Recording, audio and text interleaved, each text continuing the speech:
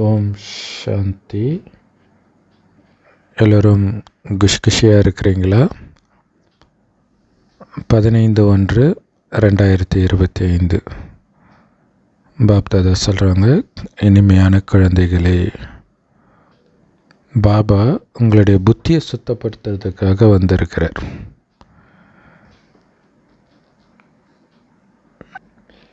So எப்போ நீங்கள் சுத்தமாகறீங்களோ அப்போ தான் உங்களால் தேவதைகளாக ஆகவே முடியும். இல்லை, பிராமணன் ஆனால் தான் தேவதை ஆக முடியும்னு பாபா சொல்கிறாரு. பிராமணன் ஆகிறதே புத்தியை தூய்மையாக்கிறதுக்கு தான். ஸோ இப்போ அதையே வேறு மாதிரி சொல்கிறார் இல்லையா? புத்தியை சுத்தப்படுத்த வந்திருக்கிற, சுத்தமானால் தான் நீங்கள் தேவதை ஆக முடியும். கேள்வி: இது ஒன்றுமே கிடையாது. இந்த கோயிலில் அபிஷேகம் பண்ணுறாங்கல்ல, அந்த சாமி என்ன பண்ணுது? கம்மன்னு நின்று உட்காந்துட்ருக்கு. அந்த மாதிரி அப்படியே ஞானத்துலேயும் யோகத்துலேயும், யோகம்னு என்ன, பாபா மேலே இருந்துட்டு அப்படியே சக்தி கொடுக்குறார். அப்படியே அந்த சக்திக்குள்ளே அப்படியே நமக்கு அபிஷேகம் மாதிரி வருது. அந்த தண்ணி நீர்வீழ்ச்சி மாதிரி வருது. கம்மன்னு நம்ம உட்காந்துட்ருக்கிறது வெறும் புள்ளி ஆக்கிடுங்க, முடிஞ்சு போச்சு. அவ்வளோதான் யோகா, அவ்வளோதான். அவர் நம்மளை குளிப்பாட்டுறார். அதோடைய நினைவு தான் அங்கே பிராமணர்கள் அபிஷேகம் பண்ணுறாங்க. ஸோ இதிலேயே தூய்மை ஆகிடுறோம். கடவுளுடையவன்றது மைண்டில் ஓடிக்கிட்டே இருக்கணும். அதுதான் முக்கியம். அதை மறந்துடுறோம். நான் கடவுளுடையவன் நினச்சா இன்னாருடைய கணவன், இன்னாருடைய மனைவி, இன்னாருடைய குழந்தை, இன்னாருடைய அப்பா அம்மா எல்லாம் மறந்துடும். கேள்வி: இந்த நாடகத்தில் ஏற்கனவே நிச்சயிக்கப்பட்ட ஒரு விஷயத்தில் பாபாவை கூட விடுபட முடியாது. அப்படி என்ன விஷயம்? ஒவ்வொரு கல்பமும் தன் குழந்தைகிட்ட பாபா வந்தே ஆகணும். தன்னுடைய அழுக்கான துக்கம் நிரம்பிய குழந்தைகளை தூய்மையாக சந்தோஷமாக மீண்டும் மாற்றியே ஆகணும். இது நாடகத்தில் ஏற்கனவே நிச்சயிக்கப்பட்டிருக்குது.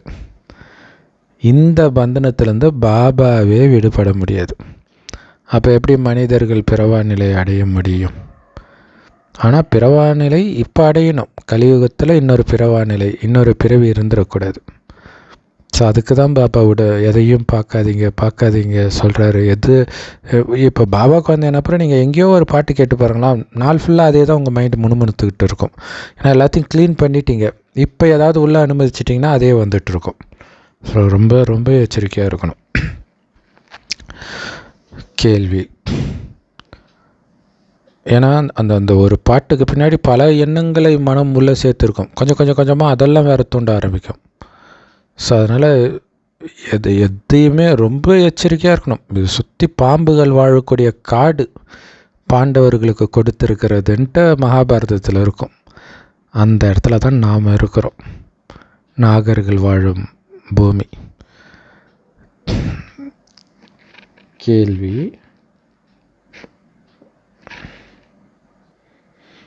ரெண்டாவது கேள்வி: நமக்கு ஞானத்தை கொடுக்குற பாபாவுடைய ஸ்பெஷாலிட்டி என்ன? அப்படி என்ன விசேஷம் அவருக்கு? ஏன்னா கொடுக்குற ஞானம் உலகத்தையே திருப்பி போடுற ஞானம், நரகமாக இருக்கிற இந்த உலகத்தை சொர்க்கமாக்குற ஞானம். ஆனால் கொஞ்சம் கூட அகங்காரம் கிடையாது அவருக்கு. இவ்வளோ பெரிய ஞானம் எனக்கு தெரியும்னா எவ்வளோ அகங்காரம் இருக்கணும்? இல்லை, பாபா குழந்தைங்களுக்கே எவ்வளோ அகங்காரம் வந்துடுது கொஞ்சம் ஞானம் தெரிஞ்சிட்டாலே. பாபாவே சொல்லுவார் இல்லையா? அப்படி இருக்கும்போது கொடுப்பவரே அவர். ஆனால் அவருக்கு எங்கேயாவது அகங்காரம் இருக்குதா? அப்படி அகங்காரம் இருந்தால் அவர் அழுக்கான உலகத்தில் அழுக்கான உடம்புல வருவாரா? ஏன்னா உயர்ந்ததிலும் உயர்ந்தவர் அவர். பிராமணர்களே ஒரு மற்றவர்களை தொடக்கூட மாட்டாங்க. அப்படி இருக்கும்போது கடவுள் இந்த அழுக்கான உலகத்தில் அழுக்கான உடம்புல, அதுவும் இல்லையா, ஒரு 60 வயசில் வரார்.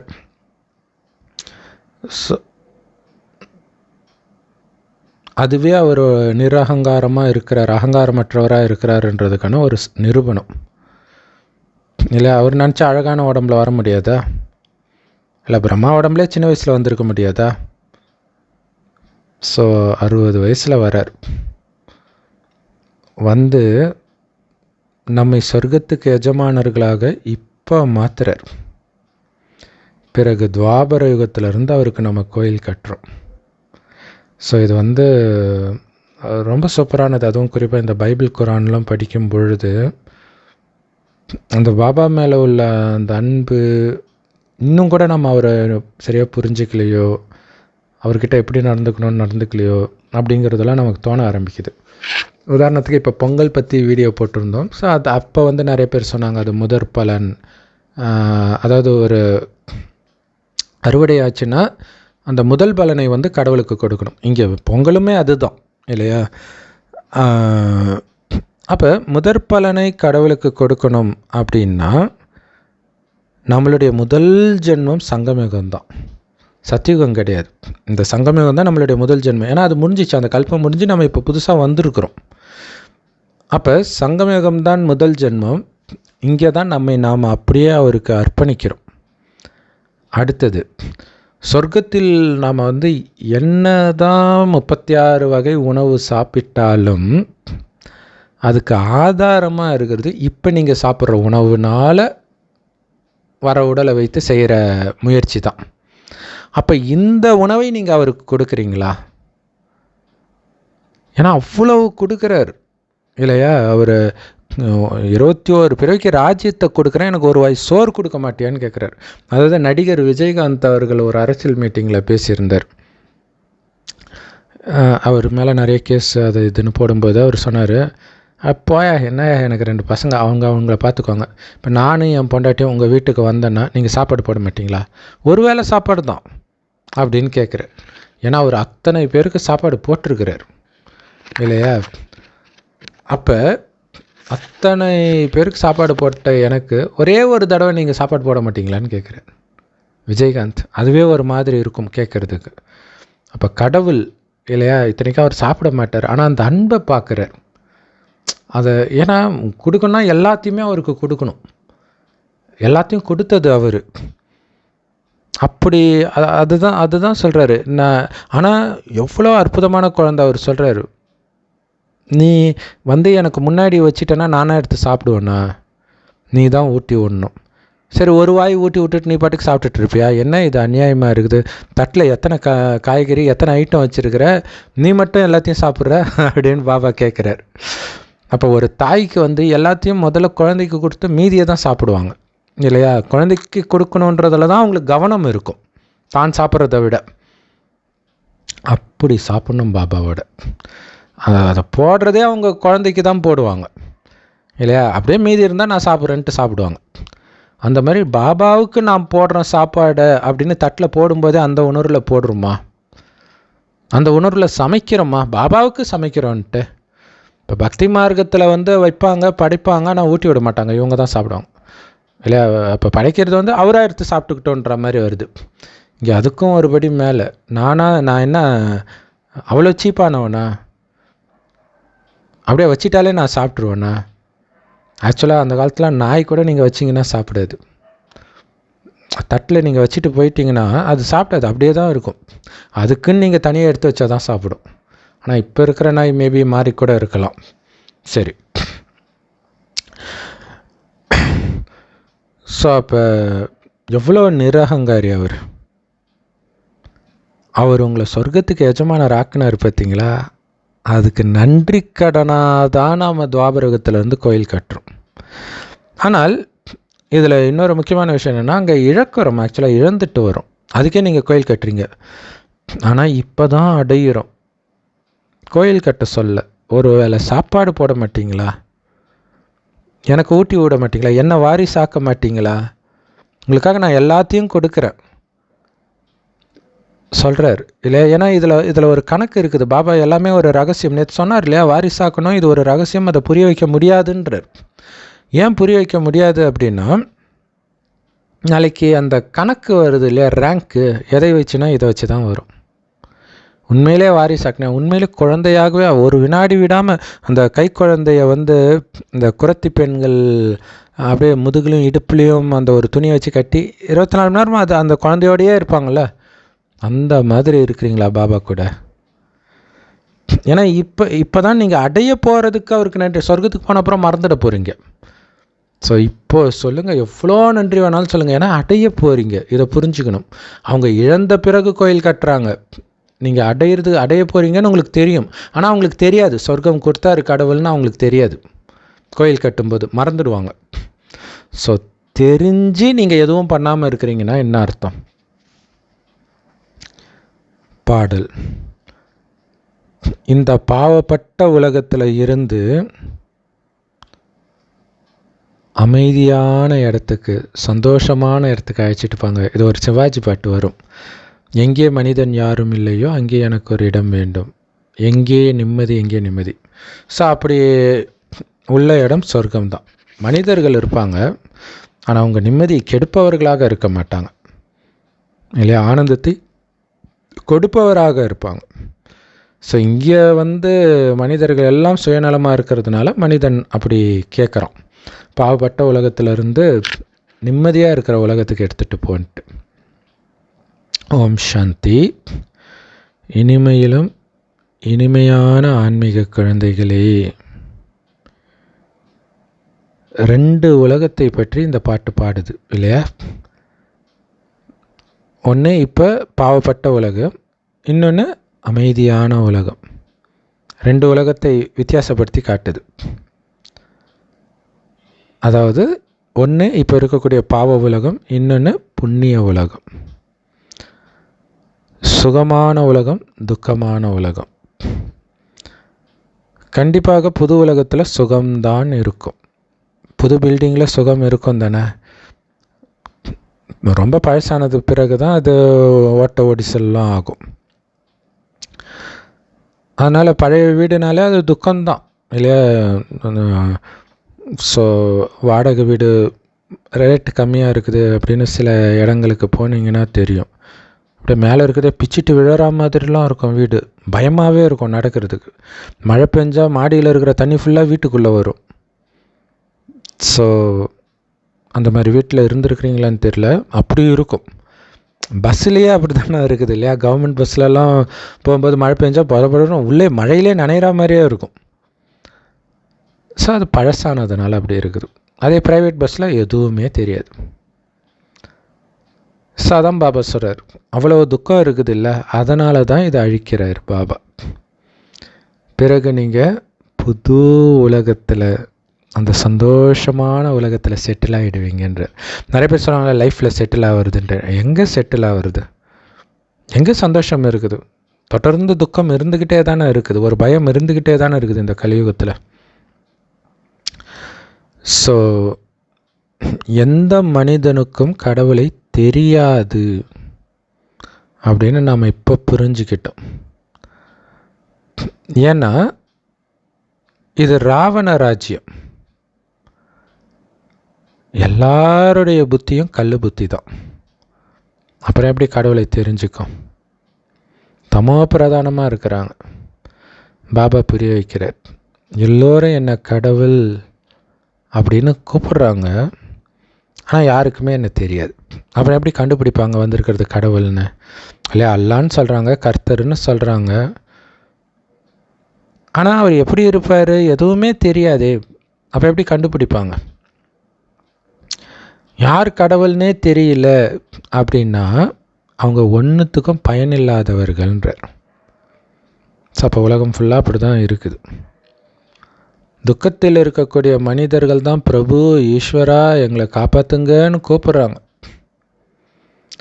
ஆனாலும் அந்த எல்லையற்ற தந்தை படைப்பவர் யாருன்னு தெரிஞ்ச ஒரு மனுஷன் கூட இல்லைன்றது எவ்வளோ பெரிய ஆச்சரியம் பாருங்கன்றார். ஒருத்தருக்கும் தெரியாது. ஒரு யூடியூப் வீடியோவில் அது பார்க்கல, நான் கடவுளை பார்த்தேன்ட்டு நிறைய பேர் பேசிகிட்டு இருக்கிறாங்க. ஏதாவது ஒரு காட்சி கிடச்சிச்சின்னா கடவுளை பார்த்தேன்னு சொல்லிகிட்டு இருக்கிறாங்க. இன்னொன்று கடவுள் சாக்கடைன்றாங்க, அது இதுன்னு என்னென்னமோ சொல்லிகிட்டு இருக்கிறாங்க. ஒரே வார்த்தையில் எனக்கு கடவுளை பற்றி தெரியாதுன்னு சொல்லிட்டு போயிடலாம்ல. ஏன்னா அதான் உண்மை. கடவுள் எங்கும் நிறைந்தவர். அவர் முதலையில் இருக்கிறாரு, ஆமையில் இருக்கிறாரு, பன்னியில் இருக்கிறாரு, இப்படியெல்லாம் சொல்லிகிட்டு இருக்கிறாங்க. கடவுளை நிந்தனை தான் பண்ணிகிட்டு இருக்கிறாங்க. ஸோ அதனால தான் கீதையில் எப்போ பாரதவாசிகள் ஏணிப்படியில் இறங்கி முற்றிலும் தமோப்பிரதானமாக ஆகுறாங்களோ, தேவதைகளையும் என்னையும் நிந்தனை பண்ணுறாங்களோ, அப்போ தான் நான் வருகிறேன் அப்படின்னு போட்டு. ஸோ அதுதான் ரொம்ப ஃபேமஸாக தர்மம் எப்போ கீழான நிலை அடையுதோ அப்போ அதர்மத்தை அழித்து தர்மத்தை மீண்டும் நிலைநாட்ட நான் வருகிறேன் அப்படின்னு சொல்லுவாங்க இல்லையா. ஸோ குழந்தைகளாகிய நாமளும் சொல்கிறோம், நாடகத்தின்படி இதே பாகத்தை மீண்டும் நாங்கள் நடிப்போம். பாபா சொல்கிறார், இந்த நாடகம் ஏற்கனவே நிச்சயிக்கப்பட்டு இருக்குது, நானுமே இந்த நாடகத்தின் பந்தனத்தில் கட்டுப்பட்டு இருக்கிறேன், என்னாலையும் விடுபட முடியாது. அழுக்கானவர்களை தூய்மையாக்கிறதுக்காக நான் வந்து தான் ஆகணும். இல்லாட்டினா புது உலகத்தை யார் ஸ்தாபனை பண்ணுறது, யார் என் குழந்தைகளை துக்கத்திலேருந்து இந்த ராவண ராஜ்யத்திலேருந்து விடுவிக்கிறது, புது உலகத்துக்கு அழைச்சிட்டு போகிறது. ஸோ அதுக்காக நான் வந்து தான் ஆகணும். பாபாவும் கட்டுப்பட்டு இருக்கிறார். அவர் வரல அப்படின்னா நம்ம நிலைமை என்ன ஆகும் யோசிச்சு பாருங்கள். நேரத்துக்கு பாபா குழந்தைங்கெல்லாம் மென்டலாக அலைஞ்சிட்டு இருப்போம், பாபா மட்டும் வரலன்னா. ஸோ நிறைய பணக்காரர்கள் இந்த உலகத்தில் என்ன நினைக்கிறாங்கன்னா, நாங்கள் ஆல்ரெடி சொர்க்கத்தில் தானே இருக்கிறோம், ஏன்னா அவங்களுக்கு செல்வம் இருக்குது, மாளிகை இருக்குது, சொந்தமாக ஏரோப்ளேன் இருக்குது, அதனால் அப்படி நினச்சிக்கிறாங்க. ஆனாலும் திடீர்னு இறக்குறாங்களே நோய்வாய்ப்பட்டு, எவ்வளோ துக்கம். சொர்க்கத்தில் திடீர் மரணமே இருக்காதுன்னு பாவம் அவங்களுக்கு தெரியாது. எந்த விதமான துக்கமும் அங்கே கிடையாது. மனிதர்களுடைய ஆயுள் ரொம்ப நீண்டதாக இருக்கும் சொர்க்கத்தில். ஆனால் இங்கே பாருங்கள், டக்குன்னு கர்ப்பத்திலேயே அபார்ஷன் ஆகுது, பிறந்த உடனே இறக்குது, இல்லை இறந்து பிரசவமாகிறது இருக்குது, அதுக்கப்புறம் பிறந்து கொஞ்ச நாளில் இறக்குறதெல்லாம் இருக்குது, அப்புறம் எப்போ வேணாலும் இறக்குறத பார்க்குறோம் இல்லையா, சாக்கடையில் விழுந்து இறக்குறத பார்க்குறோம், பூரி சாப்பிட்டு இறக்க குழந்தைங்களே பார்க்குறோம். ஸோ இந்த மாதிரி விஷயம்லாம் சொர்க்கத்தில் நடக்காது. அங்கே என்ன நடக்கும்னு பாவம் யாருக்குமே தெரியல. ஸோ துக்கத்துடைய பேரடையாளமே சொர்க்கத்தில் இருக்காது. மனிதர்களுடைய ஆயுளோ ரொம்ப நீளமாக இருக்கும். ஆனால் இங்கே பாருங்கள், டக்குன்னு இறக்குறாங்க. ஸோ சொர்க்கத்தில் இப்படி நடக்காது. அங்கே என்ன நடக்கும்னு யாருக்கும் தெரியாது. அதனால தான் அவங்கள இதுவே சொர்க்கம்னு நினச்சிட்ருக்குறாங்க. ஒரிஜினல் சொர்க்கத்தை காட்டும்போது தெரியும், ஐயோ இப்படி இருக்குதே உலகம் அப்படின்ட்டு. அதனால தான் பாபா சொல்கிறாரு, ரொம்ப துச்ச புத்தி கொண்டவர்களாக இருக்கிறாங்க, நான் அவர்களுடைய புத்தியை தூய்மைப்படுத்துகிறேன். ராவணன் அவர்களுடைய புத்தியை எந்த அளவுக்கு கல் மாதிரி ஒன்றுத்துக்கும் உதவாததை ஆக்கிட்டான். ஆனால் கடவுள் அதை தூய்மைப்படுத்துகிறார். அதன் மூலமாக தான் உங்களை மனிதனிலிருந்து தேவதையாக்குறார். குழந்தைங்க எல்லோரும் சொல்கிறீங்க, நான் இங்கே சூரிய வம்சத்து மகாராஜா மகாராணி ஆகிறதுக்காக வந்திருக்கிறேன்ட்டு. அதாவது நம்முடைய லட்சியமே நாராயணன் ஆகிறது தான், நரனிலிருந்து நாராயணன் ஆகிறது. இதுதான் சத்திய நாராயணனுடைய கதை. பிறகு பக்தி மார்க்கத்தில் பிராமண பூசாரி சத்யநாராயணன் கதை சொல்கிறார். அங்கே யாராவது நாராயணன் ஆயிட்டாங்களா அந்த கதையை கேட்டு? இப்போ உண்மையிலே சத்யநாராயணன் கதை பாபா தான் சொல்கிறார். அவங்க சத்யநாராயணன் விரதம்ட்டு அந்த கதை சொல்லுவாங்க. அது கேட்டோடனே நாராயணன் ஆயிடுறாங்களா என்ன? ஆனால் நீங்கள் கண்டிப்பாக நரனிலிருந்து நாராயணன் ஆகிறதுக்கு தான் வந்திருக்கிறீங்க. சில மனிதர்கள் கேட்குறாங்க, ஆமாம் உங்களுடைய இயக்கத்துடைய லட்சியம்தான்ப்பா என்னன்ட்டு. இதை ஈஷா யோகாவில் கேட்கணும், மற்ற யோகங்களை கேட்கணும் என்னதான் லட்சியன்ட்டு. அதில் எந்த லட்சியமும் இல்லாதது ஈஷா யோகா. மற்றதுலையாவது பிறவா நிலை அது இதுன்னுவாங்க, இங்கே எதுவுமே கிடையாது அங்கே. ஆனால் நம்மளை கேட்குறாங்க என்ன லட்சியம்ட்டு. அவங்ககிட்ட சொல்லுங்கள், சாதாரண மனிதன்லேருந்து ஸ்ரீ நாராயணன் ஆகிறது தான் நம்மளுடைய லட்சியம். ஆடி போயிடுவாங்க. ஏன்னா பிறவா நிலை அடையக்கூடியதுன்னு நினச்சிக்கிட்டு போயிட்டுருக்காங்க. என்னது நாராயணன் ஆகுதா, என்ன அது இவங்களே கடவுள்னு சொல்லிக்கிறாங்க அப்படி சொல்கிறாங்க. அது மட்டும் இல்லை, இது இயக்கம் கிடையாது, இது குடும்பம். இங்கே எங்கள் அம்மா இருக்கிறாங்க, அப்பா இருக்கிறாங்க, குழந்தைகளாகிய நாங்கள் இங்கே உட்காந்துட்ருக்குறோம். ஸோ இதை சொல்லும்போது எனக்கு டக்குன்னு என்ன ஞாபகம் வருதுன்னா, திருநங்கைகள் அப்படி தான் இருப்பாங்க. ஸோ திருநங்கைகள் எல்லாருமே ஆணிலிருந்து பெண்ணாக மாறியவர்கள் இல்லையா? அவங்க ஒன்றாகவே இருப்பாங்க. அவங்களுக்குள்ள என்னென்னமோ உறவு சொல்லுவாங்க. அம்மானுவாங்க, ஹிந்தியில் சொல்லுவாங்க, ஏதோ சொல்லுவாங்க.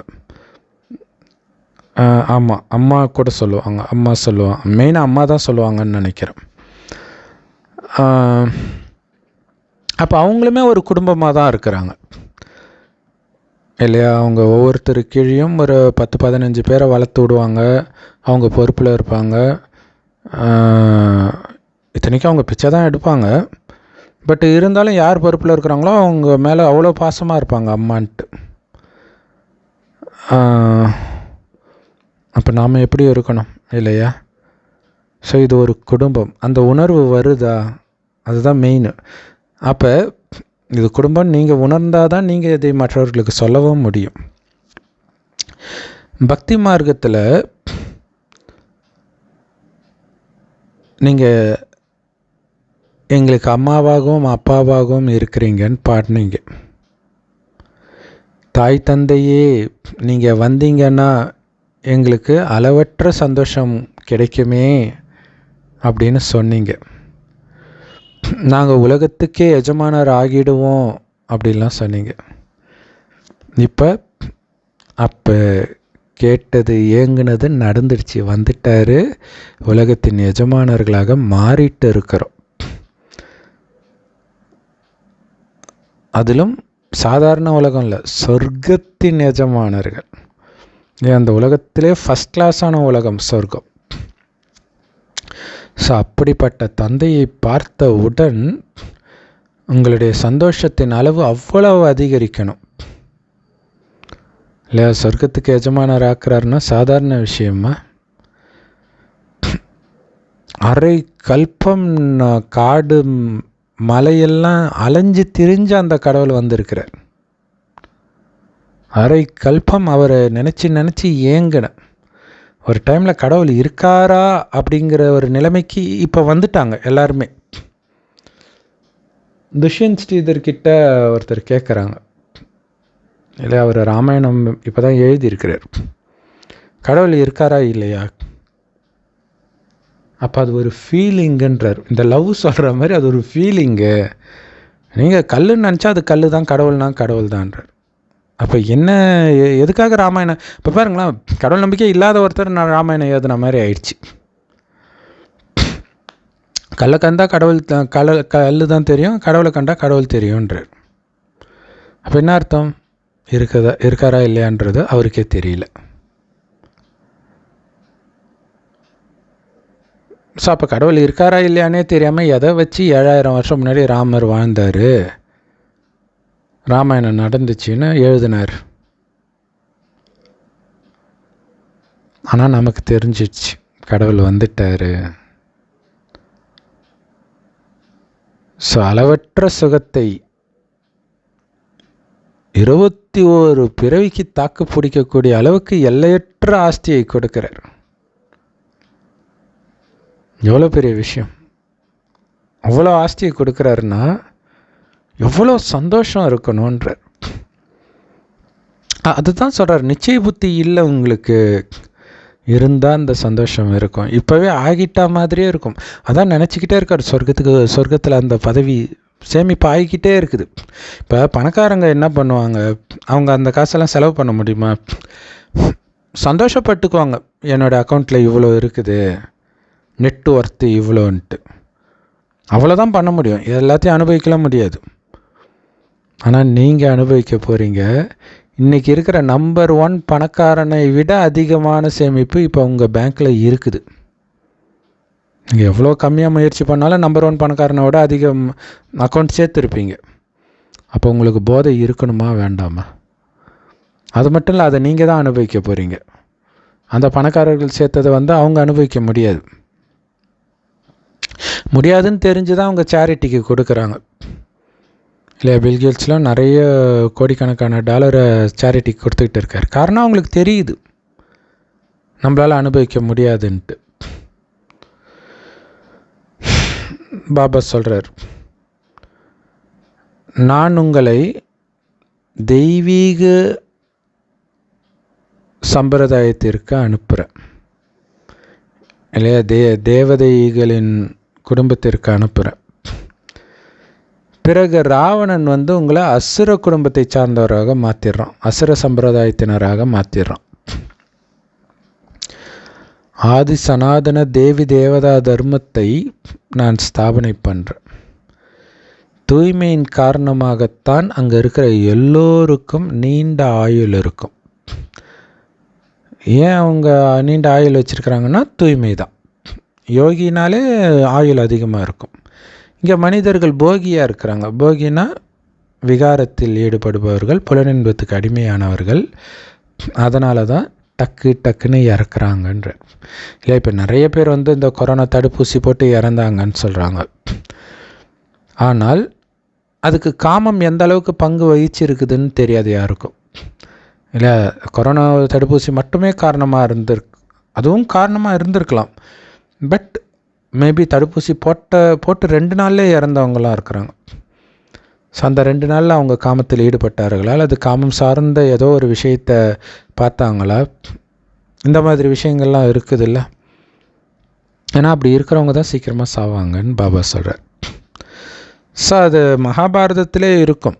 சத்தியவதியுடைய 2 மகனில் ஒரு மகன் காமத்தில் திருமணமாகி அந்த காமத்திலேயே மூழ்கியே செத்து போயிடுவோம்.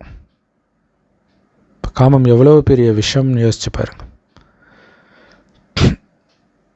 அங்கே இல்லை எந்த புலனின்பம் வேணுமானாலும் எடுத்துக்கோங்களா, அது அதிகமாக பார்த்திங்கன்னா உங்களுடைய ஆயுளை குறைக்கிறது தெரியும். சுகர் அப்படி தானே வருது இல்லை, அதிக கோபப்பட்டால் வருது, அதிக சர்க்கரை சாப்பிட்டா வருது. ஸோ எது உங்களுக்கு பிடிச்சதை அதிகம் தொட்டாலும் மாட்டிக்கிறீங்க. அதே மாதிரி காரம் அதிகமாக சாப்பிட்டா அது சம்மந்தப்பட்ட அல்சர், அது மாதிரி நிறைய வியாதிகள் வருது. ஸோ எல்லாமே அந்த ருசிக்கு அடிமையாகிறதுனால, புலன் இன்பத்துக்கு அடிமையாகிறதுனால. ஸோ இப்போ எல்லாத்துலேருந்தும் விடுபட்டு பாபாவுடைய நினைவுனால் மட்டும் ஆனந்தத்தை அனுபவிக்கிறீங்க பார்த்தீங்களா. அதுதான் யோக பலம். அதன் மூலமாக இப்போ உங்களுக்கு ஆஸ்தி கிடைக்கிது. 150 வருடம் ஆயுள் இல்லையா, அங்கே யோகியாகவே இருக்கிறீங்க. இப்போ இருக்கிறது அப்படியே அங்கே கண்டினியூ ஆகும். பூரண ஆயுள் முடிந்த பிறகே ஆத்மா உடலை விடும், வேறு உடலை எடுக்கும். ஸோ பாபா தான் இந்த அற்புதமான ஞானத்தை உங்களுக்கு கற்றுக் கொடுக்குறார். பக்தர்கள் கடவுளை தேடுன்னு தேடிக்கிட்டே இருக்கிறாங்க. கடைசியில் தேடி அவங்க நிலைமை என்ன ஆச்சு பாருங்கள். பார்க்குறதெல்லாம் கடவுள், காமம் கடவுள்ன்றாங்க. ஐயோ, அப்படின்னு என்ன அர்த்தம்? இவங்களுடைய தேடுதல் அவங்களுடைய புத்தியை கீழான நிலைக்கு தான் கொண்டுட்டு வந்திருக்குது. வேதங்களை படிக்கிறது, தீர்த்த யாத்திரைக்கு போகிறது, இதெல்லாம் கடவுளை சந்திக்கிற வழிகள்னு நினச்சிக்கிறாங்க. பாபா சொல்கிறாரு, அது சரியான வழி கிடையாது. இது பகவத்கீதையிலையும் இருக்கும். தீர்த்த யாத்திரை செல்வதினாலோ வேதங்களை படிப்பதினாலோ என்னை அடைய முடியாதுன்ட்டு இருக்கும். சரியான பாதையை பாபா தான் காட்ட முடியும். அது அவரே வந்தால் தான் காட்ட முடியும். அவர் வரும்போது நீங்கள் அவரை அடையாளம் கண்டு பிடிக்கணும். ஏன்னா நீங்கள் சொன்னீங்க இல்லை, கண்ணில்லாதவர்களுக்கு கைத்தடியாக இருக்கும் கடவுளே வான்னு கூப்பிட்டீங்க. இப்போ கண்ணில்லாத குருடர்களுக்கு அப்படின்னாலே உங்களுக்கு வழி தெரியாதுன்னு தானே அர்த்தம். எங்களை சாந்தி தாமத்துக்கும் சுகதாமத்துக்கும் அழைச்சிட்டு போங்க, எங்கே அமைதியும் ஆனந்தமும் இருக்குதோ அங்கே அழைச்சிட்டு போங்கன்னு கூப்பிட்டீங்க. ஸோ பாபா மட்டும்தான் உங்களுக்கு சுகத்தின் பாதையை காட்டுகிறார். ஒருபொழுதும் துக்கத்தை கொடுப்பதில்லை. ஆனால் மனிதர்கள் அவரை தப்பாக நிந்தனை பண்ணுறாங்க. எது எடுத்தாலும் அவர் தான் பண்ணுறாரு. இதோ இப்போ அமெரிக்கா பத்தினி எரியுது. நிறைய முஸ்லீம்ஸ் என்ன பண்ணுறாங்க, அந்த பாலஸ்தீனில் பிரச்சனைக்கு வந்து அமெரிக்கா துணை போச்சு இல்லையா, அதனால தான் இப்படி ஆகுது அப்படின்ட்டு அந்த படத்தை வந்து ரீல்ஸில் ஒரு பாதி தீ எரியறதுக்கு முன்னாடி எப்படி இருந்துச்சு, இன்னொரு பாதி தீ எரிஞ்சதுக்கு பிறகு அப்படியே வீடியோவாக வரிசையாக காட்டிக்கிட்டே வராங்க. இதுக்கு பின்னாடி அல்லாஹ் அந்த இது ஓதுறதை வேற போட்டு விட்டுடுறாங்க.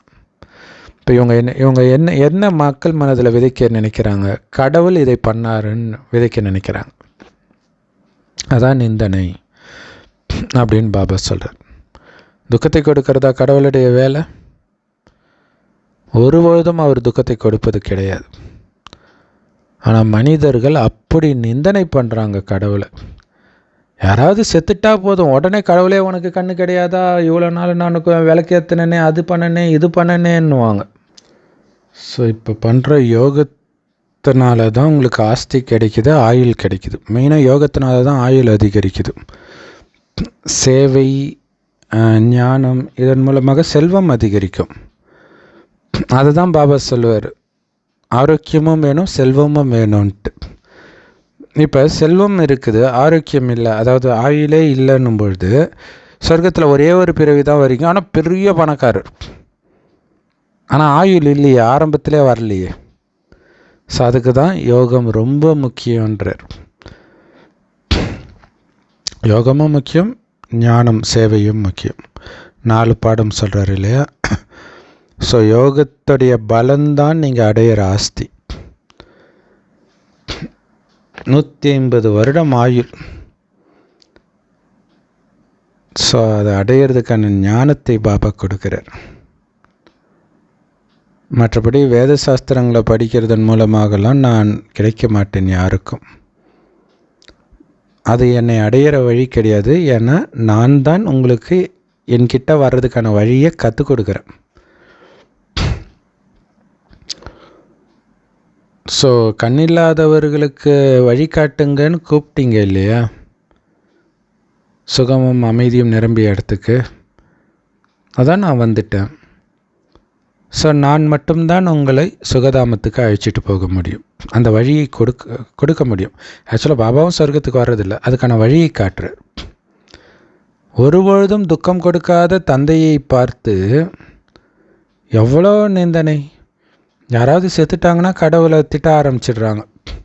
பாபா சொல்கிறார், நான் யாரையும் கொலை பண்ணுறதும் கிடையாது, துக்கம் கொடுக்கறதும் கிடையாது, செவனேன்னு இருக்கிறேன்னு சொல்லுவாங்க பாருங்க.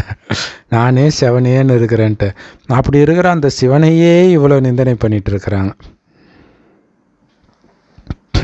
ஸோ அவங்கவுங்களுடைய பாகத்தில் என்ன இருக்குதோ அது நடக்குது, அவ்வளோதான். ஆனால் நான் உருவாக்குற ராஜ்யத்தில் இந்த மாதிரி இருந்து நீங்கள் என்னை திட்டினா பரவாயில்ல. நான் உருவாக்குற ராஜ்யத்தில் திடீர் மரணம் கிடையாது, துக்கம் கிடையாது. அப்போ எப்படி கடவுள் துக்கத்தையும் மரணத்தையும் கொடுக்குறாருன்னு நீங்கள் சொல்லுவீங்க? திடீர் மரணத்தை நான் சுகம் நிரம்பிய உலகத்துக்கெல்லாம் உங்களை அழைச்சிட்டு அனுப்பி வைக்கிறேன். ஸோ பாபா என்னை உத்தம புருஷனாக ஆக்குறாருன்னு உங்களுக்கு மெய் சிலிர்க்கணுன்றார். எப்படி இருந்த குப்பையை பூஜை பண்ணி பூஜை பண்ணி பூஜை பண்ணி அப்படி ஆக்குறார் பாபா. புத்தம் புதியதாக மாத்துறார். உத்தம புருஷராக மாத்துறார் அப்படின்னு மெய் சிலிர்க்கணும் அதை நினச்சி பார்த்து. ஏன்னா சொர்க்கத்தில் போய் நினச்சி பார்க்க முடியாது பாருங்கள், அங்கே ஞாபகம் இருக்காதுல்ல, அங்கே உடம்பு கிடச்சிடும். ஆனால் இப்போவே கிடச்சிட்டதா நினச்சி அதை நினச்சி பாருங்கள், எப்படி இருந்தேன். இந்த ஞானம் கிடைத்த பிறகுதான் நமக்கு தோணும். யாரோ சிவனடியார் பாடினார், உண்பதும் உறங்குவதுமாக நேரத்தை வீணடித்தேனேன்ட்டு. அது உண்மையில் நம்ம தான் இவ சொல்லணும். பாபா ஞானம் கிடைக்கிறதுக்கு முன்னாடி நம்ம தான் அப்படி வீணாக்கி இருக்கிறோம். சங்கம் யுகம்தான் இருப்பதிலேயே உயர்ந்த யுகம்னு பாவம் மனிதர்களுக்கு தெரியாது. பக்தி மார்க்கத்தில் பக்தர்கள் உயர்ந்த மாதத்தை உருவாக்கிட்டாங்க. புரட்டாசி மாதம் இந்த மாதிரி, அது புனித மாதம்ட்டு. ஆனால் மிக மிக உயர்ந்த யுகம் எப்போ பாபா வந்து உங்களை மிக மிக உயர்ந்த மனிதர் ஆக்குறாரோ அந்த யுகம்தான், இந்த சங்கம யுகம்தான். இங்கே தானே நீங்கள் மனிதர்களில் உத்தம புருஷர்களாக மாறுறீங்க. ஸோ எல்லோரையும் விட மிக உத்தம புருஷர்கள் அப்படின்னா லக்ஷ்மி நாராயணன் தான்.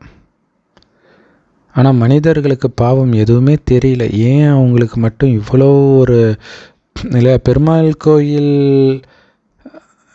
எப்படி இருக்கும்? ஒரு ஊரில் சிவன் கோயிலும் பெருமாள் கோயிலும் மட்டும்தான் பெருசாக இருக்கும், அம்மன் கோயிலும் சின்னதாக தான் இருக்கும். ஸோ அப்போ ஏன் அவங்களுக்கு மட்டும் அப்படி வச்சுருக்கிறாங்க? அந்த அளவிற்கு அவங்க உயர்ந்தவர்களாக இருந்திருக்கிறாங்கன்றது பாவம் மனிதர்களால் புரிஞ்சிக்க முடியல. ஸோ பாபா தான் உங்களை ஏறும் கலையில் அழைத்து செல்கிறார். அதான் ரொம்ப முக்கியமானது இல்லையா? இறங்கும் கலையில் வரும்போது கோயில் கட்டி மகிமை பாடுறாங்க, ஆனால் ஏறும் கலையில் இருக்கும்போதெல்லாம் நீங்கள் அவருடைய மகிமை பாடணும். இறங்கும்போது பாடின பாட்டு கூட நீங்கள் இப்போ பாட மாட்டீங்களே. இந்த ஏணிப்படி சித்திரத்தை புரிய வைக்கிறது யாருக்கு வேணாலும் நீங்கள் வச்சு ஈஸியாக புரிய வைக்கலாம். இப்போ நாடகம் முடிவுக்கு வந்துடுச்சு, நீங்கள் வீட்டுக்கு போகணும். இந்த பழைய அழுக்கான உடலை விட்டுட்டு தான் போகணும். இதுக்கு முன்னாடி நீங்கள் சதோ பிரதானமாக புத்தம்புது உலகத்தில் இருந்தீங்க. பிறகு 84 பிறவிகள் எடுத்து எடுத்து தமோ பிரதான சூத்திரர்கள் ஆகிட்டீங்க. ஸோ அதை சொல்கிறார். எவ்வளோ அழகான உடல் உங்களுக்கு இருந்துச்சின்னு பாபா சொல்கிறதுக்கு காரணம், இப்போ இருக்கிறது அசிங்கமான உடல், இதை விட்டுடுன்றதுக்காக. அதுக்காக தான் அதை கற்பனை பண்ணுங்கள். அந்த உடலை உங்களால் பார்க்க முடியுதான்னு கூட பாபா கேட்பார். அப்பழுக்கற்ற உடல், எந்த குறையும் இல்லாத உடல், எந்த நோய் எதுவுமே இல்லாத உடல், அப்படி இருந்தீங்க. 84 பிறவி எடுத்து எடுத்து தமோ பிரதான சூத்திரர்கள் ஆகிட்டீங்க. இப்போ சூத்திரன்லேருந்து பிராமணனாக ஆகியாச்சு. அப்படின்னா என்ன அர்த்தம்? ஏறும் கலை. கீழே இருக்கிறது சூத்திரன், மேலே இருக்கிறது தேவதை. அதை நோக்கி அப்படி ஜெட்டு வேகத்தில் போகிறது தான் இந்த பிராமண வாழ்க்கை. பக்தியின் பலனை கொடுப்பதற்காகவே பாபா வந்திருக்கிறார். பக்தியெல்லாம் பண்ணிட்டு கட்சியில் பலனை கொடுக்கும்போது வாங்கலைன்னா என்ன பண்ணுறது? தங்க யுகத்தில்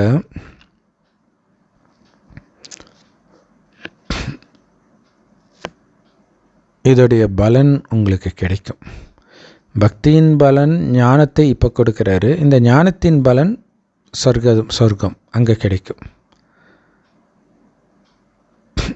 பாபாவைத்தான் சுகத்தின் வள்ளல்னு சொல்லப்படுது.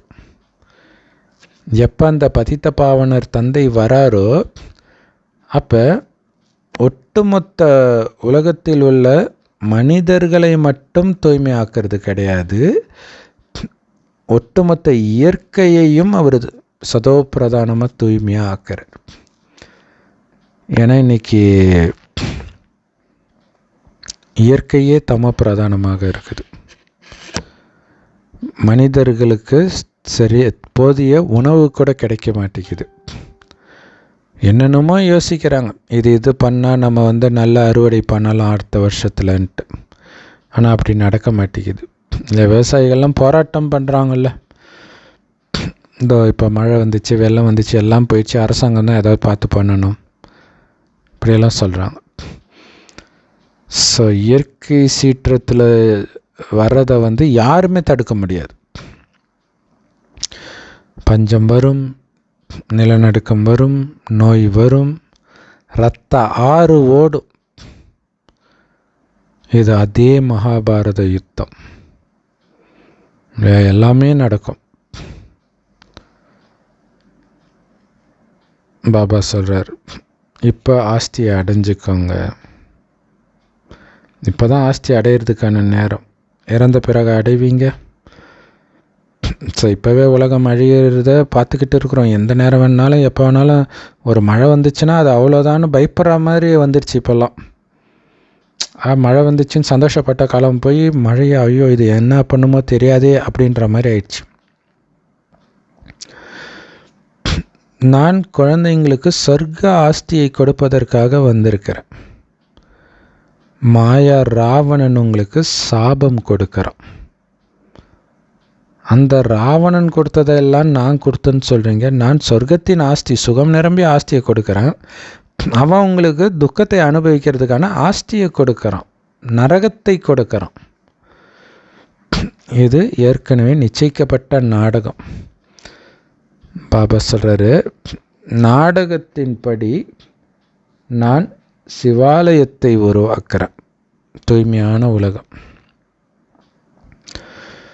பாரதம்தான் சிவாலயமாக இருந்தது, இன்றைக்கி வேசியாலயமாக மாறிடுச்சு. இல்லை, இன்றைக்கி உலகத்திலே அதிகமாக பாலியல் குற்றங்கள் பாரதத்தில் தான் நடக்குது.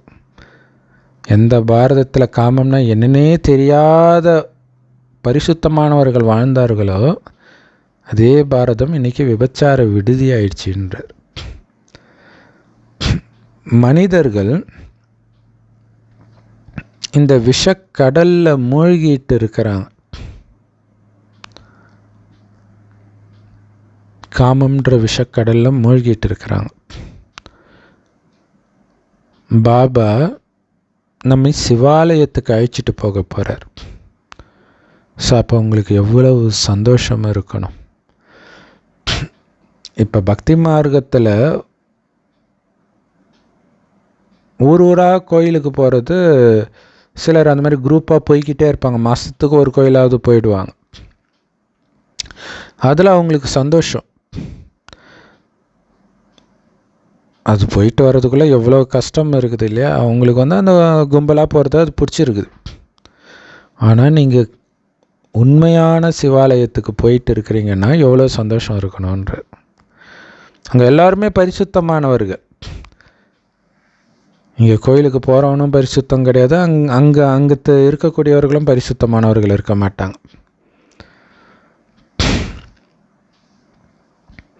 ஸோ அப்போ உண்மையான சிவாலயத்துக்கு போகிறீங்கன்னா எவ்வளோ சந்தோஷம் இருக்கணுன்ற. எல்லையற்ற தந்தை கடவுள் நமக்கு சொல்லி கொடுத்துட்ருக்கிறார்.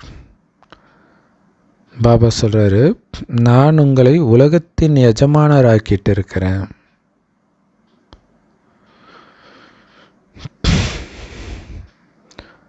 பாரதவாசிகளுக்கு தங்களுடைய சுய தர்மம் பற்றி தெரியல. அவங்களுடைய தர்மம் என்னென்ன தெரியல அவங்களுக்கு. அவர்களுடைய வம்சாவளி மரம்தான் மிக உயர்ந்தது. அதிலிருந்து வரக்கூடிய கிளைகள் தான் மற்ற மதத்தினர் எல்லாருமே. ஸோ அவங்களுக்கு இந்த வம்சாவளி மரத்துடைய முழு கதை தெரியாது. ஆதி சனாதன தேவி தேவதா தர்மம்னா என்னன்னு அவங்களுக்கு தெரியாது. ஆதி சனாதன தேவி தேவதா தர்மத்தை சார்ந்தவர்களுடையது தான் இந்த மனித சிருஷ்டி மரமே. அதுக்கு அடுத்ததாக 2வது நம்பரில் வர்றது சந்திரவம்சத்தினர். பிறகுதான் இஸ்லாமிய தர்மத்தின் வம்சாவளி மரம் இந்த மாதிரிலாம் வருது. ஸோ பாபாவை தவிர வேறு யாராலையும் முழு மரத்தின் ரகசியத்தை புரிய வைக்க முடியாது. இப்போ எத்தனை வம்சாவளி மரங்கள் இருக்குது பாருங்க, எத்தனை கிளைகள் இருக்குது பாருங்க. ஸோ இது பலதரப்பட்ட தர்மங்களின் மரம், பலவிதமான தர்மங்களின் மரம்.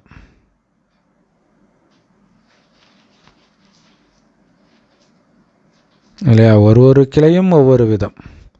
அந்த ஒவ்வொரு கிளையிலும் இருக்கக்கூடிய ஒவ்வொரு இலையும் கூட ஒவ்வொரு விதம். ஸோ பாபா தான் இந்த விஷயங்களை எல்லாம் நம்ம புத்தியில் பதிய வைக்கிறார். இது படிப்பு, தினம் தினம் படிக்கணும் இந்த படிப்பை. பகவானுடைய மகா வாக்கியம், நான் உங்களை ராஜாவுக்கெல்லாம் மேலான ராஜாவாக்குறேன். மனிதர்கள் அழியக்கூடிய செல்வத்தை தானமாக கொடுத்து அழுக்கான ராஜாக்களாக, அதாவது நரகத்தின் ராஜாக்களாக ஆகிறாங்க. அழியக்கூடிய செல்வத்தை கொடுப்பதன் மூலமாக. ஆனால் நான் அழிவற்ற இந்த ஞான ரத்தினத்தை உங்களுக்கு கொடுத்து உங்களை 21 பிறவிக்கு உலகத்துக்கே எஜமானராக்கிறேன்.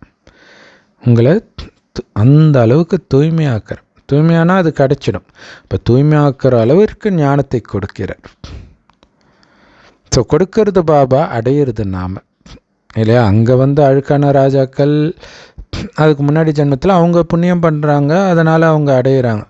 ஆனால் இங்கே கொடுக்கறது பாபா, ஆனால் அடையிறது நாம். பாருங்கள்,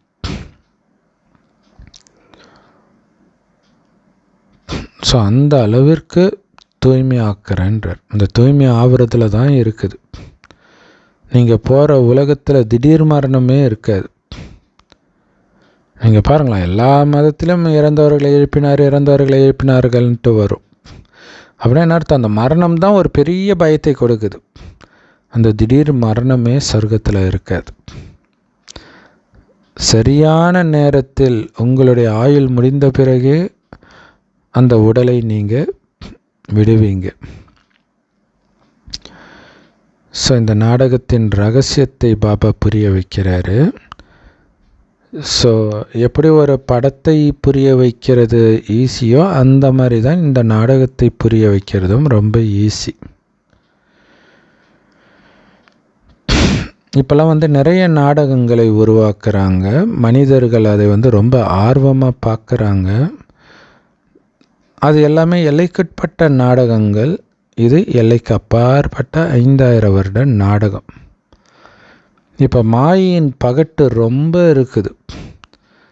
ஸோ அதனால் சொர்க்கம் ஏற்கனவே உருவாயிடுச்சின்னு மனிதர்கள் நினைக்கிறாங்க.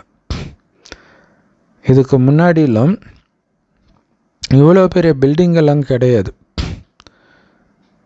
ஸோ அதனால் கடவுள் வந்துட்டார், சொர்க்கம் வருதுன்னா யாரும் நம்ப மாட்டுறாங்க. ஐயோ என்ன எப்படி இருக்குது உலகம், உட்காந்து கடவுள்ன்ற சொர்க்கன்ற அவ்வளோ எதிர்ப்பு.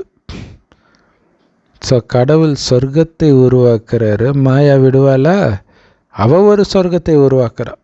இங்கேயே சொர்க்கம் இருக்கிற மாதிரி இல்லையா? பட்டனை தட்டினா எல்லாம் வருது. பட்டனை கூட தட்டத்தால கையை அசைச்சாலே போதும், தண்ணி வருது ஹோட்டலில். இப்போ அதுவுமே கிடையாதான். நீங்கள் அந்த கண்ணில் இருக்கிறத அந்த ஐடி கார்டுக்கு பதிலாக அதுக்கு எதிர நின்னீங்கன்னா உங்கள் ஃபோட்டோ, அதை வைத்து உங்களுடைய ஃபுல் டீட்டெயிலும் வந்துடுது. இப்போ உங்கள் மனதில் நினைக்கிறத வச்சே உங்கள் வீட்டு டிவி ஆன் ஆகும், ஃபேன் ஆன் ஆகும், அந்த மாதிரி உருவாக்குறதுக்கு ட்ரை பண்ணுறாங்க. சாப்பா உங்களுக்கு இதுவே சொர்க்கம் மாதிரி தானே இருக்கும். ஆனால் பிரச்சனை என்னென்னா, அப்படி உருவாக்கும்போது தெரியும் மனிதன் என்ன அந்தளவு கான்சன்ட்ரேஷனாக இருக்கிறான். அவன் நினைக்கிறதெல்லாம் நடக்க ஆரம்பித்தா என்ன வருது? ஸோ இதெல்லாம் மாயின் பகட்டுன்னு பாபா சொல்கிறார். மாயையோ விழப்போகுது, ஆனால் இப்போதைக்கு பயங்கர சக்திசாலியாக இருக்குது. அதனால் அது பக்கத்தில் போகாமல் உங்களுடைய தலையை திருப்பிக்கோங்கன்ற. மாயின் பக்கம் உங்கள் கவனம் இருக்கக்கூடாது. பாபாவும் சொர்க்கமும் தான் உங்களுடைய பார்வையில் இருந்துக்கிட்டே இருக்கணும். பாபா ஏழைகளின் பங்காளன். பணக்காரர்களுக்கு இது சொர்க்கமாகவும் ஏழைகளுக்கு இது நரகமாகவும் இருக்குது. யார் நரகத்தில் இருக்கிறார்களோ அவங்க தான் சொர்க்கவாசிகளாக மாறணும். உண்மையிலே ஏழைகளால் மட்டும்தான் இந்த ஆஸ்தியை அடையவும் முடியும். பணக்காரர்கள் ஆல்ரெடி நாம் சொர்க்கத்தில் தானே இருக்கிறோம்னு நினச்சிட்டு இருக்கிறாங்க. சொர்க்கம் நரகம் இரண்டும் இங்கேயே தான் இருக்குது அப்படின்னு நினச்சிக்கிறாங்க. ஸோ இப்போ மட்டும்தான் இந்த விஷயங்கள் எல்லாம் உங்களுக்கு புரியுது. பாரதம் அந்த மாதிரி ஒரு பிச்சைக்கார நாடாக மாறிடுச்சு. அது எந்த அளவுக்கு பணக்கார நாடாக இருந்ததுன்னு தெரியும் பொழுது உங்களுக்கு தெரியும் இப்போ உண்மையிலே பிச்சைக்காரனாக இருக்குதுன்ட்டு. ஆதி சனாதன தேவி தேவதா தர்மம் மட்டுமே இருந்துச்சு. இப்போ வரைக்கும் மனிதர்கள் நிறைய பழைய பொருட்களை அகழ்வாராய்ச்சியில் கண்டுபிடிக்கிறாங்க. மண்ணை தோண்டி தோண்டி. ஸோ இது இத்தனை வருடம் பழமையானது அப்படின்னு சொல்கிறாங்க. எலும்புகளை எடுத்து இது இத்தனை லட்சம் வருஷம் பழமையானதுன்னு சொல்கிறாங்க. பாபா கேட்குறாரு, லட்சக்கணக்கான வருடமான எலும்பு எங்கேருந்து வந்தது? அப்போ அவங்க பொய் சொல்கிறாங்க. ஸோ ரொம்ப பழமையான பொருள்னும் போது அதுக்கு ரொம்ப விலை வேறு வைக்கிறாங்க, அதை வாங்குவாங்க அப்போ இருக்குது. ஸோ பாபா சொல்கிறாரு, நான் அனைவருக்கும் சத்கதியை கொடுப்பதற்காக வந்திருக்கிறேன். இவருக்குள்ள இந்த பிரம்மாவுக்குள்ளே பிரவேசமாக இருக்கிறேன். பிரம்மா சாக்கார மனிதர் தான். ஆனால் இந்த சாக்கார பிரம்மா தான் முயற்சி செய்து செய்து ஃபரிஸ்தாவாக சூக்ஷ்ம வதனவாசியாக பிறகு மாறுறார். இப்போ மாறிட்டார். ஸோ சூக்ஷ்ம வதனத்தில் இருக்கும் பிரம்மா சூக்ஷ்ம உடல் கொண்டவராகவும் இங்கே இருப்பவர் சாக்கார உடல் கொண்டவராகவும் இருக்கிறார். ஆனால் இதே ஆத்மா தான் சாக்கார உடலை விட்டுட்டு சூக்ஷ்ம உடல் எடுத்து சூக்ஷ்ம உலகத்துக்கு போயிடும். பாபா சொல்கிறாரு, நான் இவருடைய பல ஜென்மங்களின் கடைசியில் வரேன். இவர் நம்பர் 1 தூய்மையான ஆத்மாவாக இருந்தார். பிறகு இவரே நம்பர் 1 அழுக்கான ஆத்மாவாகவும் மாறிட்டார். நான் அவருக்குள்ளே பிரவேசிக்கிறேன். ஏன்னா நம்பர் 1 தூய்மையாக அவர் தான் மாறணும். அதனால்தான் அவர் உடம்புல வரேன். ஸோ ஒருபொழுதும் பிரம்மாவை கடவுள்னோ அல்லது வேற இன்னாருனோ ஒருபொழுதும் பிரம்மா சொன்னது கிடையாது. ஸோ இவர் உடம்புக்குள்ளே நம்ம பிரவேசிக்கிறோம். இவர் மூலமாக நம்ம எல்லோரும் சதப்பிரதானமாக ஆக்க போகிறோன்னு பாபா புரிஞ்சுக்கிறார். ஸோ பாபா குழந்தைங்களுக்கு சொல்கிறாரு, நீங்கள் உடல் இல்லாமல் தானே இங்கே பூமிக்கு நிராகார ஆத்மாவாக பிறகு உடல் எடுத்து 84 பிறவிகள் எடுத்து உங்களுடைய பாகத்தை நடிச்சிட்டிங்க. இப்போ நீங்கள் வீட்டுக்கு போகணும். ஸோ பாபா சொல்கிறார், வெறும் ஆத்மாவாக தானே 84 பிறவி எடுத்தீங்க. இப்போ வீட்டுக்கு போகணும். ஏன்னா பாகத்தை முடிச்சிட்டிங்க. இப்போ மறுபடியும் ஆத்மாவாக போகணும்.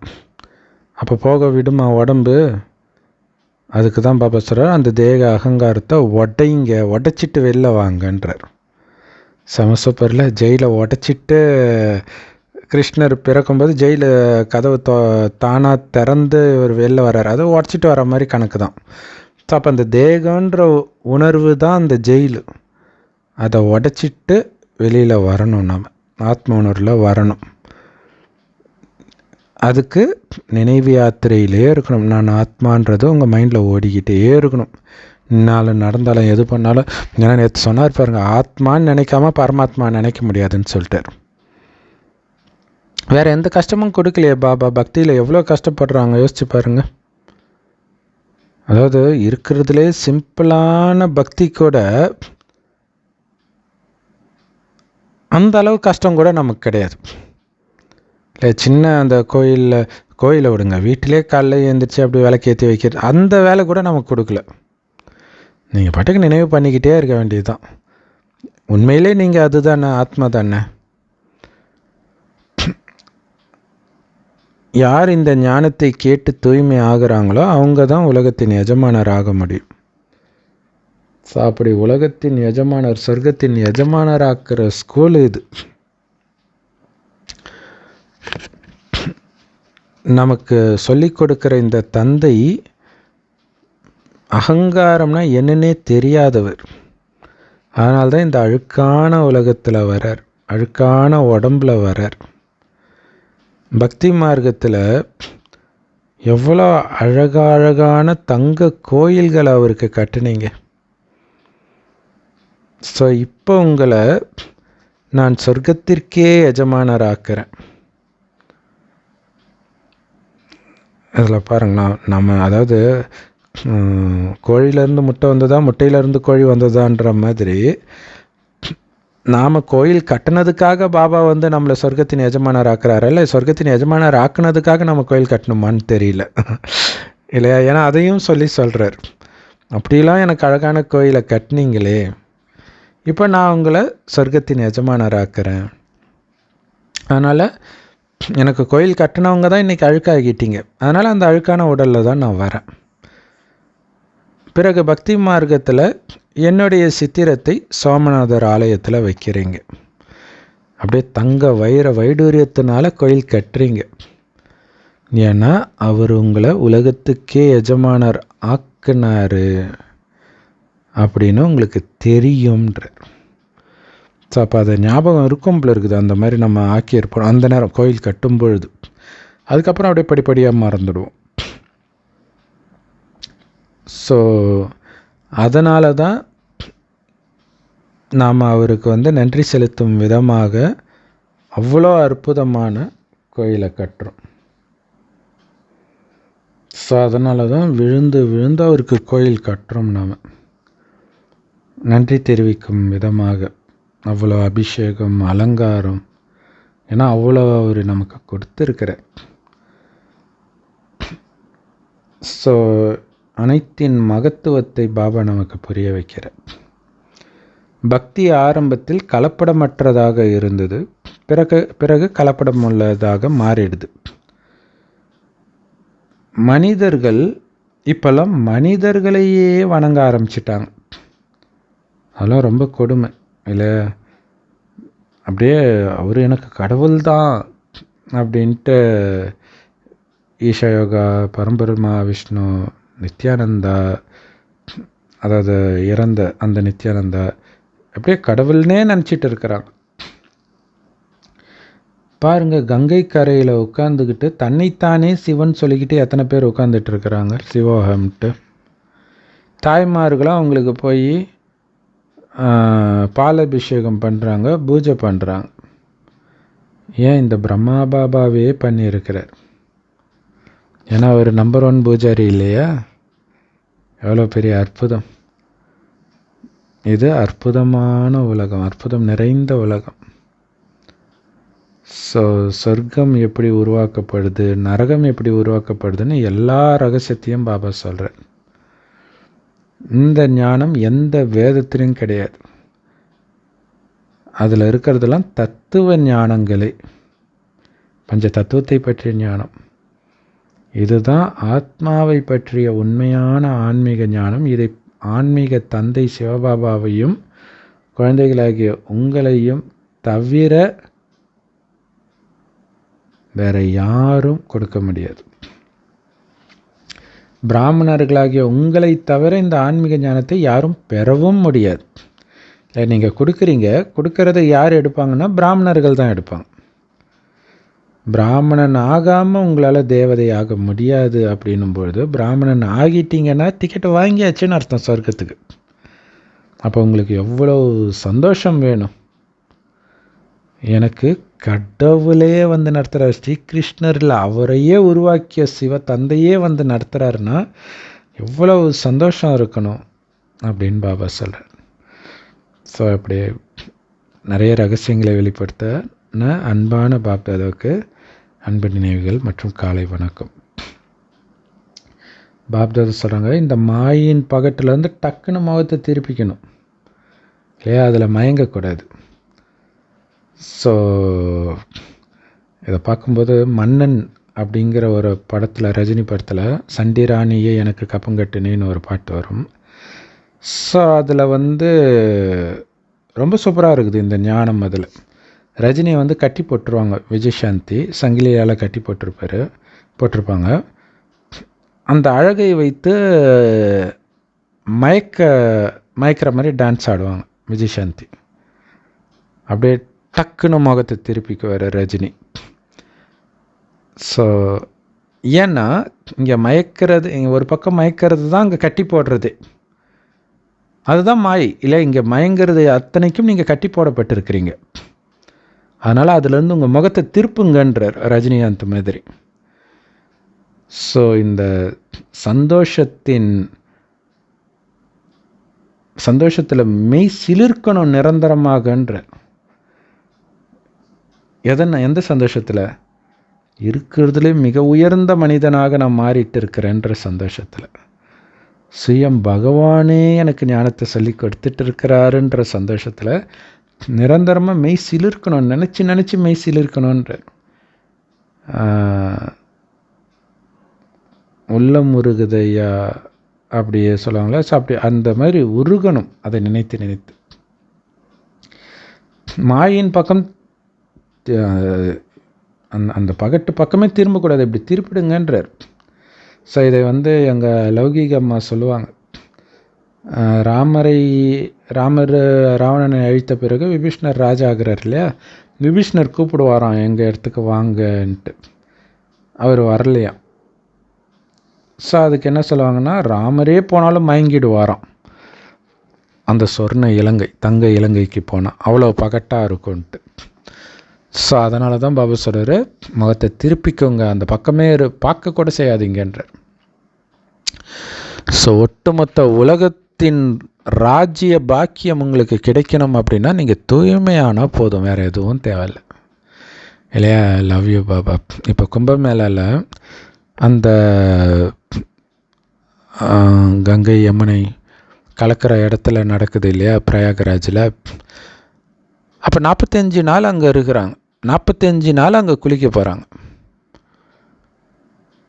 குளித்தாலும் எதுவும் அவங்க அடைய போகிறதில்ல. பட்டு இதோடைய நினைவு என்னென்னா, சங்கமயுகத்தில் நாம் தினம் இந்த ஞான கடலில் குளிச்சுட்டு வர்றதன் மூலம் நாம் உலக ராஜ்யத்தை அடைகிறோம். அதுக்கு நீங்கள் சும்மா தூய்மையாக இருந்தால் போதுன்ற.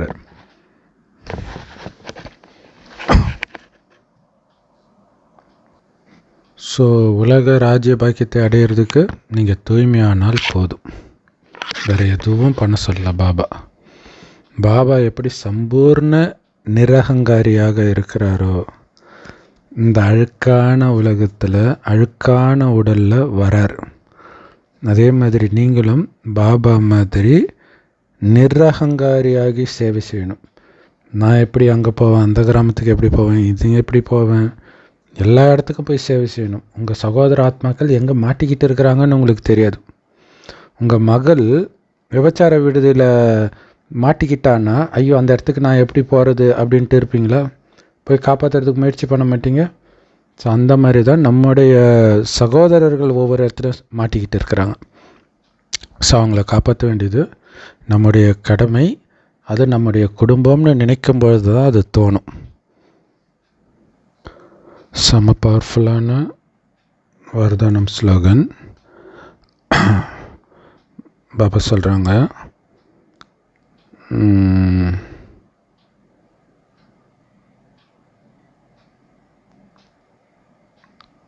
ஒருவரோடு மட்டும் அனைத்து உறவுகளையும் வைத்து மற்ற அனைத்து ஆதாரங்களிலிருந்தும் விடுபட்டு இருக்கக்கூடிய சம்பூர்ண ஃபரிஸ்தா ஆகுங்கள்.